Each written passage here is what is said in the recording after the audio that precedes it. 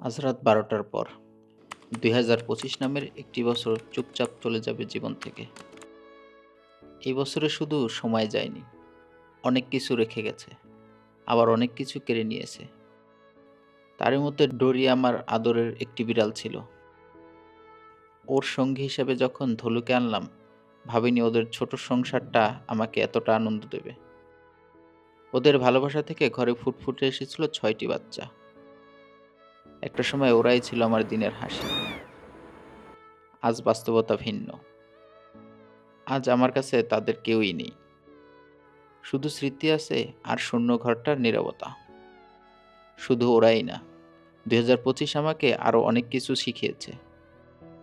সব ভালো জিনিস চিরস্থায়ী না। কিছু মানুষ, কিছু প্রাণ শুধু এসে আমাদের ভিতরটা বদলে দিয়ে চলে যায়। তবুও আজ রাতেই পা রাখতে চলেছি ২০২৬-এ। হয়তো সব ফিরে আসবে না, কিন্তু আশা করি নতুন বছরে থাকবে নতুন শক্তি, আর স্মৃতিগুলো থাকবে হৃদয়ে কৃতজ্ঞতার সাথে।